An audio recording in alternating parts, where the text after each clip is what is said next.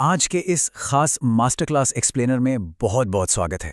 आज का फोकस बिल्कुल स्पष्ट है।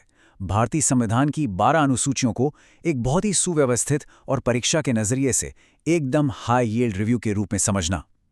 अगर ये विषय कभी भी उलझा हुआ या बहुत लंबा लगा हो तो आज वो सारी उलझन दूर होने वाली है। तो चलिए सीधे इसमें गोता लगाते हैं और इस जटिल विषय को एक शानदार, आसानी से याद रहने वाले स्ट्रक्चर में ढालते हैं। आज के सिलेबस पर एक नज़र डालते हैं। ये सफ़र राष्ट्र के बुनियादी ढांचे से शुरू होकर इस बात तक जाएगा कि कैसे संवैधानिक संशोधन हमारी रोज़मर्रा की ज़िंदगी को प्रभावित करते हैं। और हाँ, सेशन के अंत में एक मास्टर एग्जाम रिव्यू भी शामिल है जो पूरे टॉपिक को अच्छे से समेट देगा।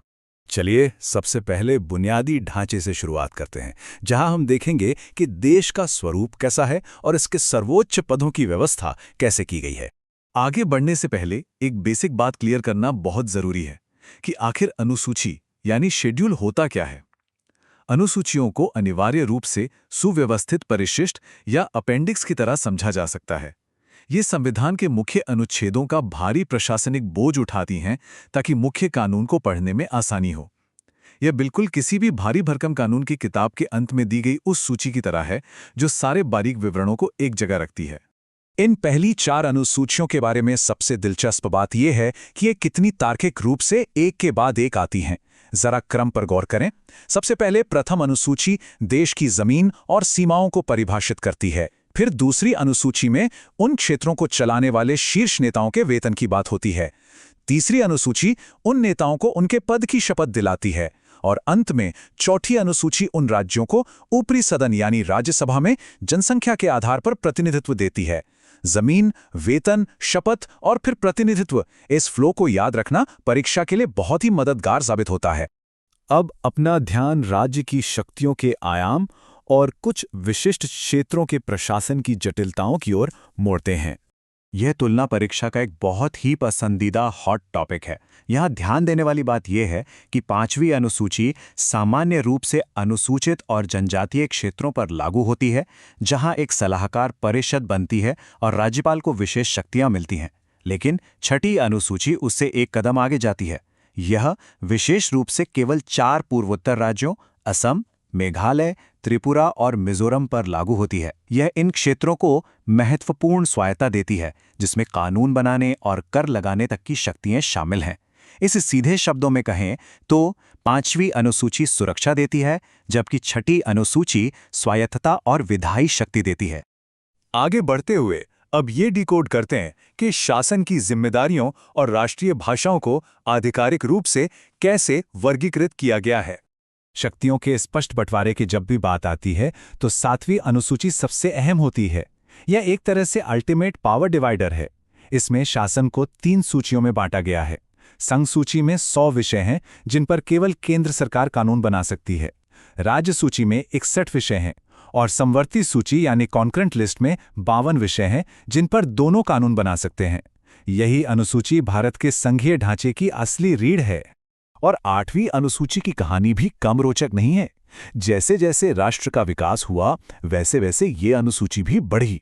शुरुआत में इसमें केवल 14 आधिकारिक भाषाएं थी, लेकिन समय समय पर संशोधनों के जरिए, विशेष रूप से 21वें, 71वें और 92वें संशोधन के बाद आज आधिकारिक रूप से मान्यता प्राप्त भाषाओं की कुल संख्या 22 तक पहुंच गई है। मूल संविधान में केवल 8 ही अनुसूचियां थी, इसलिए 9वीं और 10वीं अनुसूची का जोड़ना असल में संशोधन के नए युग की शुरुआत का प्रतीक है। इस टाइमलाइन को तो एकदम फिंगरटिप्स पर याद रखना चाहिए। 1951 में पहले संशोधन के जरिए 9वीं अनुसूची आई, जिसने शुरुआती भूमि सुधारों को संरक्षण दिया। फिर 1985 में राजनीतिक स्थिरता के लक्ष्य के साथ 10वीं अनुसूची आई और 1992 ने तो 11वीं और 12वीं अनुसूचियों के जरिए स्थानीय शासन में क्रांति ही ला दी। इन दोनों को बिल्कुल आसान और आम भाषा में डिकोड करते हैं।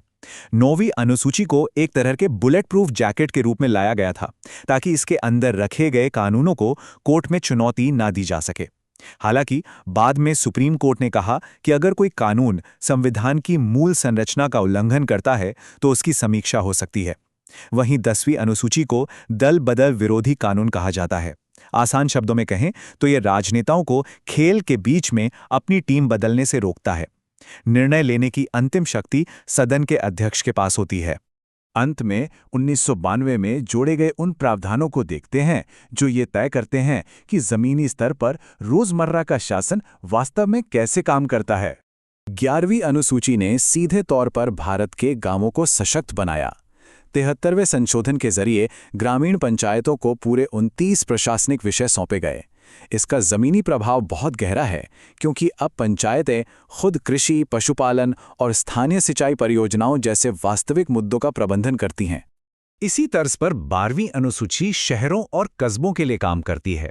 74वें संशोधन ने शहरी नगर पालिकाओं को 18 प्रशासनिक विषय दिए। इसका सीधा सा मतलब यह है कि शहरों में गड्ढे भरना, टाउन प्लानिंग करना और ये सुनिश्चित करना कि घरों में पानी आ रहा है या नहीं, ये सब सीधे तौर पर इसी अनुसूची के तहत नगर पालिकाओं की जिम्मेदारी है। तो चलिए इस पूरे स्टडी सेशन को एक बेहतरीन मास्टर एग्जाम रिव्यू के साथ समेटते हैं। ये टेबल एक अल्टीमेट चीट शीट है। इसका स्क्रीनशॉट लेना या इसे पूरी तरह से मेमोराइज कर लेना बहुत ही फायदेमंद रहेगा। ये ढांचा एक ही नज़र में ये स्पष्ट कर देता है कि हर एक अनुसूची का सटीक प्रशासनिक रोल क्या है। पहली अनुसूची में सीमाओं से शुरू होकर 12वीं में शहरी प्रशासन तक का पूरा सफर यहाँ एकदम क्लियर है। किसी भी कॉम्प्लेक्स सवाल को हल करने के लिए ये मैट्रिक्स बहुत काम आता है। सेशन खत्म करने से पहले एक बहुत ही विचारोत्तेजक सवाल छोड़कर जा रहे हैं। मूल 8 अनुसूचियों से लेकर आज की 12 अनुसूचियों तक का ये विकास क्या दिखाता है? क्या ये एक जीवन दस्तावेज की निशानी है या एक ऐसी प्रणाली की जिसे बार बार मरम्मत की जरूरत है? भविष्य के संवैधानिक कानूनों का विश्लेषण करते समय इस सवाल को जरूर ध्यान में रखिएगा।